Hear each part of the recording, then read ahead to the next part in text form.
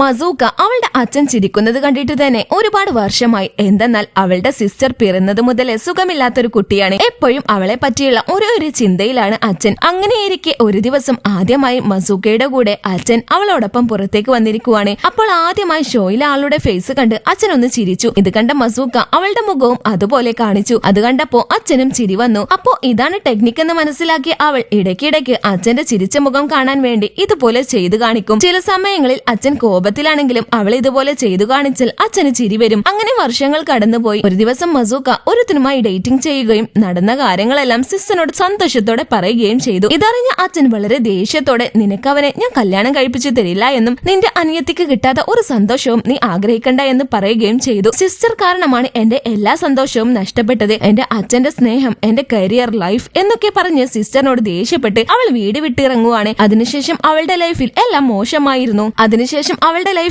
മോശമായിട്ടായിരുന്നു സംഭവിച്ചിരുന്നത്. ഇതുവരെ ജീവിച്ചതിലും മോശമായിട്ടായിരുന്നു. ജീവിതം വെറുതെ പോയ അവൾ തിരിച്ചു വീട്ടിലേക്ക് വരുവാണ്. വന്നു നോക്കുമ്പോൾ അച്ഛൻ മരിച്ചു പോയിട്ടുണ്ടായിരുന്നു. അതിനുശേഷമാണ് അവൾ അറിയുന്നത് ഇവള് പോയതിനു ശേഷം ഇവളെ കുറിച്ച് ആലോചിച്ചിട്ടാണ് അച്ഛൻ പോയതെന്ന്. പേരൻസിനെ ഇഷ്ടമുള്ളവർ ലൈക്ക് ചെയ്യൂ.